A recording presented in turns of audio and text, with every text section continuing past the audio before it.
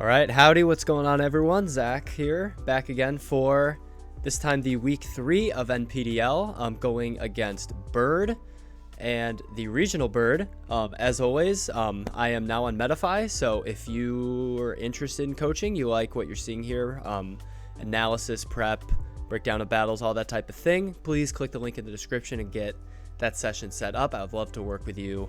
I'm always accepting sessions with new clients.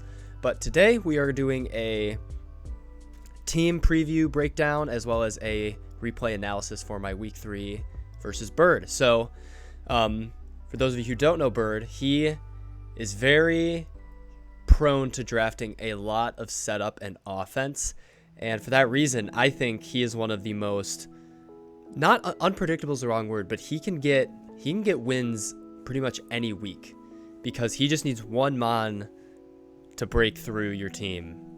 And he has 6 that he can use. So if you're not able to switch into those, counter them, have ways to revenge them, he has a very good shot of beating you. So a very scary team and a very scary opponent. So pretty much the goal here, as you can see his team on the right side, it's to not lose to setup. So you see Weavile, he's got Sword Stance, Nasty Plot, Salazzle, Calm Mind, Espeon, DD Flagon, Staraptor's just a breaker, S-Tier, DD for Alligator, Sword Stance, Heracross, Iron Defense, Body Press, Deanza, like everything sets up, Sword Stance, Stelmise.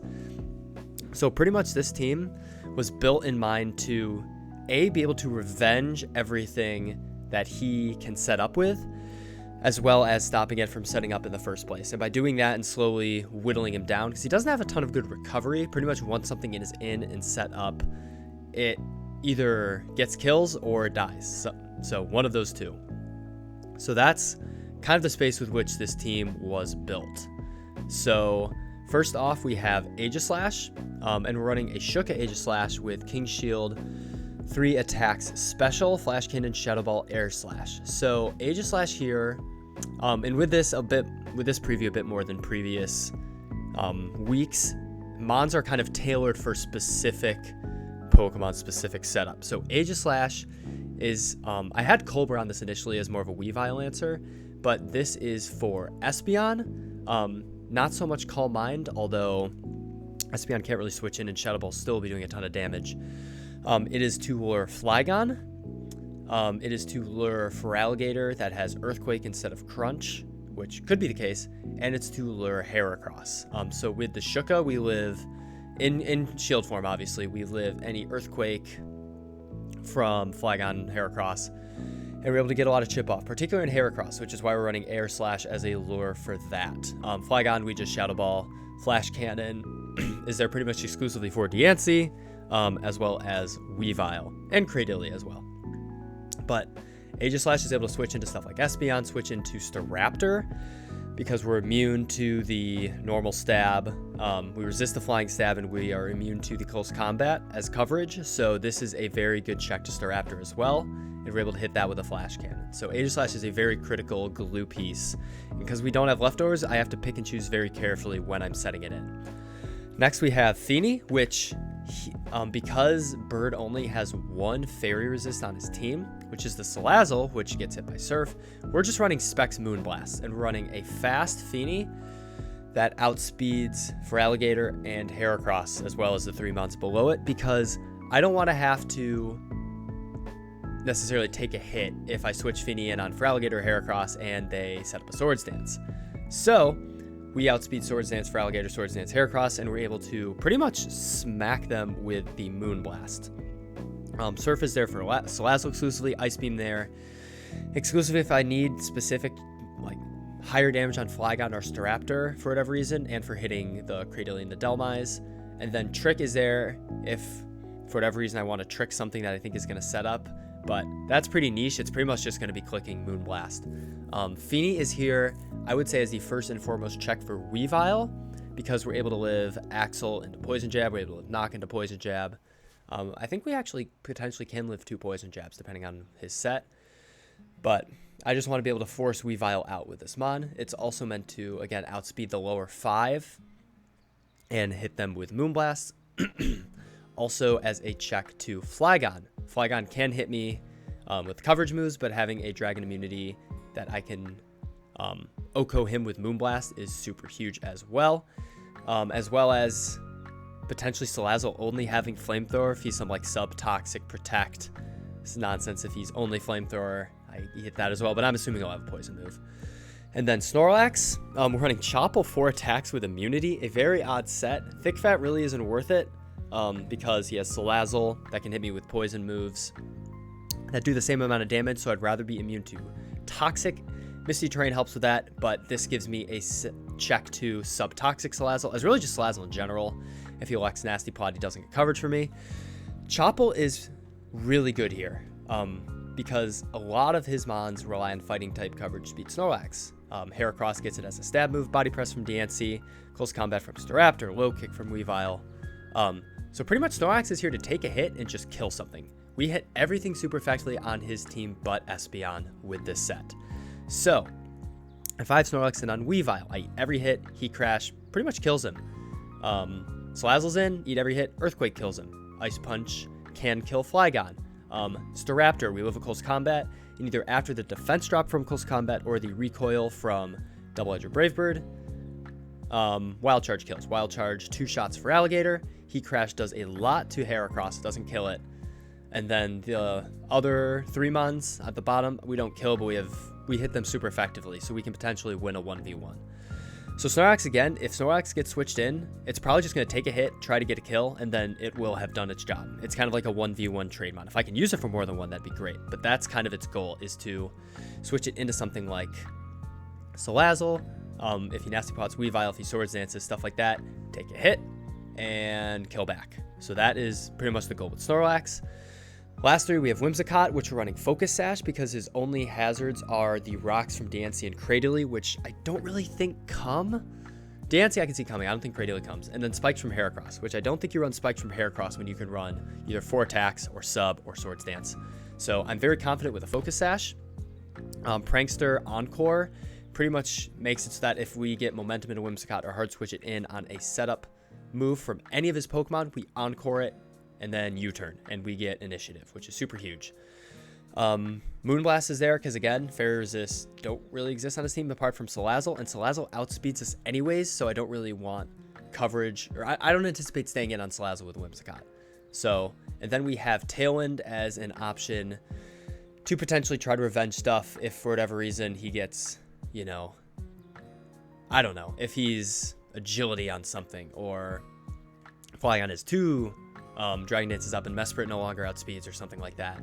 Tailwind is there to double speed, potentially give something the chance to revenge, and then U-turn for momentum. Again, Whimsicott is just there to threaten that Encore on setup so that he's more likely to go for attacks. Again, this is super good for stuff like Flygon, for Alligator. So that's a very necessary piece of this team. We have Mesprit, Scarf Mesprit, as a way to revenge a lot of his lower mons, because Ice Beam Psychic Energy Ball is very good coverage, especially when U-turn hits Weavile and Espeon super effectively, because Ice Beam hits Flygon and Staraptor, Energy Ball hits for Alligator and Diancie, and Psychic hits Heracross. So this outspeeds a couple things. It outspeeds everything unboosted. It outspeeds for Alligator after Dragon Dance, which is the main pull of this. So between Whimsicott and Mesprit, I don't think Feraligatr can beat me. So Mesprit is pretty much there to revenge things, and that's pretty much it. Then we have Expert Belt Archeops as the last mon, with Head Smash, Dual Wing Beat, Steel Wing, and Taunt. Again, so we have Taunt. We outspeed everything but Salazzle and Weavile, and I don't think Salazzle and Weavile will be in against Archeops anyways, because it's a rock type. And he really doesn't have answers to Head Smash. Flygon resists, but like Dual Wing Beat still hurts. The recoil sucks for getting into fetus range, but since it has the same accuracy as Stone Edge, I kind of just want the damage output. Steel Wing exclusively for Diancie. Depending on his spread, if he switches into a Head Smash, he can die to a Steel Wing, so that's kind of the anti-Diancie tech. This has a very high potential to be a lead, just because I can taunt rocks if he has Diancie, because I don't want rocks up. Or I could just do a kill with Steel Wing. We have Expert Belt to secure some of those calcs. And Flying is also super good. Flying, this is a really good way to revenge Heracross, especially sub Heracross. This is kind of my prep for that. We speed tie Espeon if he's max speed, and we outspeed Staraptor and Flygon, so we can revenge those as well as long as they haven't boosted speed. So again, this team is pretty much meant to, as much as I can, counter all the setup that Bird has on his team and then try to deal with that. So that being said, I'm going to switch over to the battle overlay. Some nice professional switch ups here. There we go. A little off center. That is what it is. Okay, so we see no Espeon and then no DNC, Cradily, or Delmise. So he pretty much just brings the 6 scariest Pokemon for us to deal with. So I actually forget what I led with here. Did I lead Whimsicott? I actually forget. I led Archeops. Okay. As he leads Weavile. So I looked at his team. I thought, okay, I probably switch versus Feraligatr if I lead Archeops and Weavile. Everything else, I'm at a distinct advantage. I didn't want to lead Whimsicott and have a Sash broken. I didn't want to reveal Scarf on Mesprit. And I didn't want to use Snorlax right away as a lead. So Archeops made the most logical sense. He makes a very good lead and leads with something that beats it. I am not Scarf, so I have to hard switch into my number 1 Weavile check, which is the Tapu Fini. We get up the Misty Terrain, which is super nice for Salazzle. We take a triple Axle. He gets a crit 2-hit Axle. So, and he elects to stay in, and he Poison Jabs. We live 52, and we kill Weavile turn 2. So I'm just going to pause here. Fini pretty much did its job here. It can be used to revenge potential Heracross or Feraligatr, but Fini did its job. Like, Weavile's gone. And he didn't really have a switch in, because Moonblast hits these super effectively. These he doesn't really want chip on. Feraligatr can't really beat me if it switches in on a Moonblast. Staraptor could take a hit. And Salazzle risks getting hit with Surf. So again, he's kind of in position just because how his team is orientated. He has to either stay in, take the chip, or sack something. So we're very fortunate that he didn't read the Fini switch and Poison Jab, which would have been a very risky play because Snorlax is a potential switch. Aegislash could potentially be a switch in on an ice move. So Weavile gone turn 2, super huge. Fini is pretty much done for, but again, that 1-to-1 trade is fine. He goes Salazzle. I have a hard counter, so I like to save Fini as he goes for sub. This is fine by me. I am in Misty Terrain with immunity. I have Spadef. This thing can't beat me. So we see Nasty Plot. That's totally fine. We just break his sub with an Earthquake, and he still can't kill me. So I am in a fine spot here. I don't want to over-predict in case he sets up another one. He can crit me. And I don't know what his switch it would be. So we see Earthquake. Get some chip on Heracross. Any chip is really good on this. And now Heat Crash doesn't necessarily kill. So I switch Snorlax out. I just sack Fini. I don't really need this Pokemon anymore. So we're 5-5, but I have the initiative. So we are, I guess in the grand scheme of things, winning at this point in time. We go Archeops. We threaten the flying move. Head smashing wasn't worth it there. I could miss. We just go for a dual wing beat. He is Intimidate Raptor, so he's not reckless. So again, at this point, so he goes Flygon as I head smash. So at this point, I was assuming that he was not Scarf Staraptor. Otherwise, he probably did a U-turn or something like that. And he wasn't reckless, which I was a little surprised at. But Intimidate works super well here. You can see that head smash does minimal damage. It does 38. And I'm damaged by the recoil. So at this point, I don't want Flygon setting up. My Fini is gone, so I lost my Dragon immunity, and Aegislash is weak to ground as my other resist. I don't want Whimsicatt's Sash being popped. I don't want Mesprit to take damage. So the most logical thing at this point for me to do is to just stay in and get chip on Flygon. So we get off another dual wing beat. He doesn't roost. He elects to go for Thunder Punch, and I don't want him roosting here. So I taunt him, and he just Thunder Punches again and knocks me out. So we're down 4-5 right here as Archeops goes down. I didn't know if he was roost. I couldn't risk him roosting back after all that chip. I didn't want, like, you know, bulky Flygon to risk that. So I'm fine taking that trade. Archeops did his job. So at this point, we can just go into Whimsicott. We outspeed. He's not Choice Scarfed. We pick it off with a Moonblast. So now we're back to even 4-4. However, now he gets initiative. So I'd say he's winning at this point in time. He goes Salazzle, which I thought was a bit of an interesting play. I think potentially Staraptor could have been a better shot because I think there's a chance he could live Moonblast, and he threatens me a lot more than Salazzle does because I have a hard switch in Snorlax that is a 100% counter. As you can see, Flamethrower does 31. That does so little damage. I thought about predicting Staraptor. I'm glad I didn't because he makes the sub play. So I don't want this thing doing anything. I'm not going to overpredict. He can't beat me with a nasty plot. He switches into Staraptor here, gets the Intimidate off. So he's making good switches. So he kind of has me on the back foot a little bit here. However, at this point, with how much that Flamethrower did, we still live a +2 attack. So if we switch in on a nasty plot with Snorlax, we still live the hit. So for that, however, at this point, because we're kind of in a bit of an end game, because I have Mesprit to outspeed, and looking at his team, Scarf's Psychic rips through him. I'm pretty sure it kills Heracross at this %. It kills Salazzle, and I think it 2 shots for Alligator. So it's not like he can switch it in or go for setup.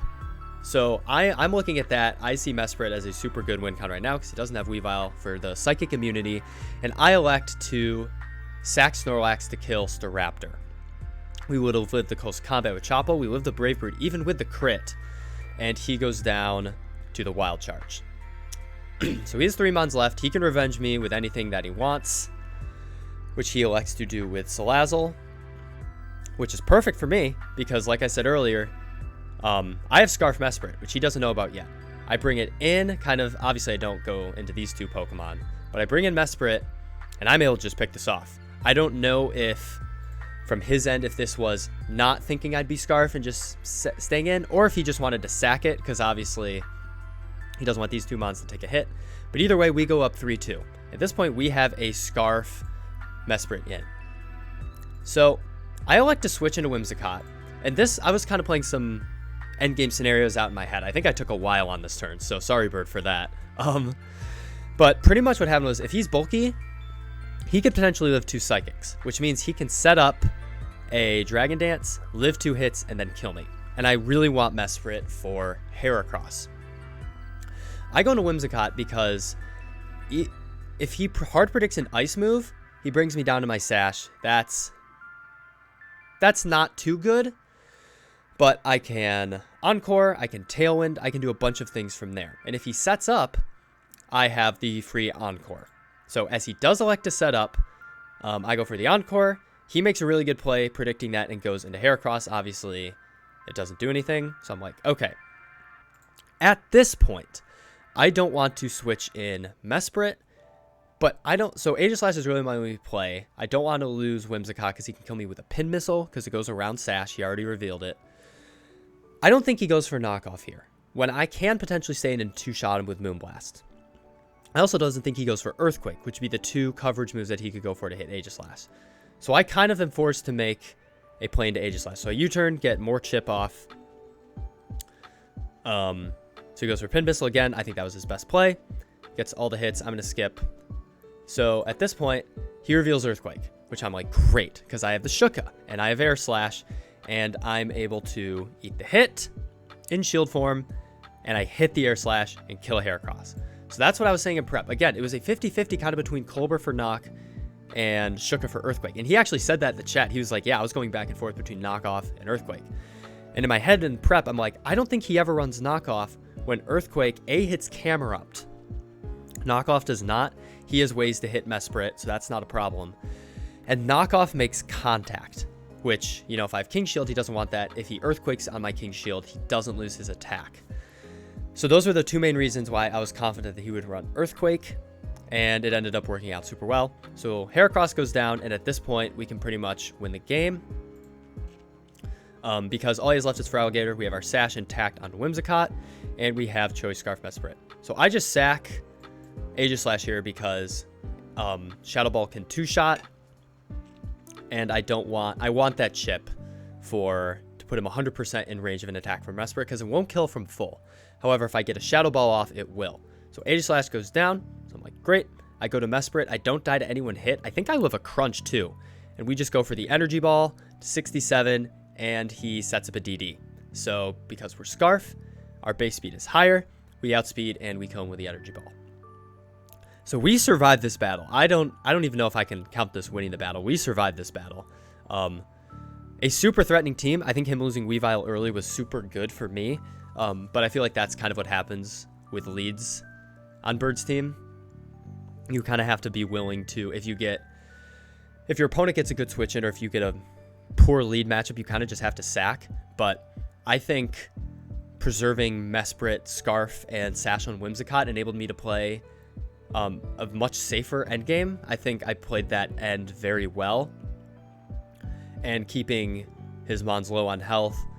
And there was kind of that transition when Snorlax went down to where I'm kind of like, okay, I'm in the end game. I know all the situations that can play out. I can see where Feraligatr would come and set up. I can get around that. I can get things in on Heracross to kill it. I have enough sacks to do so.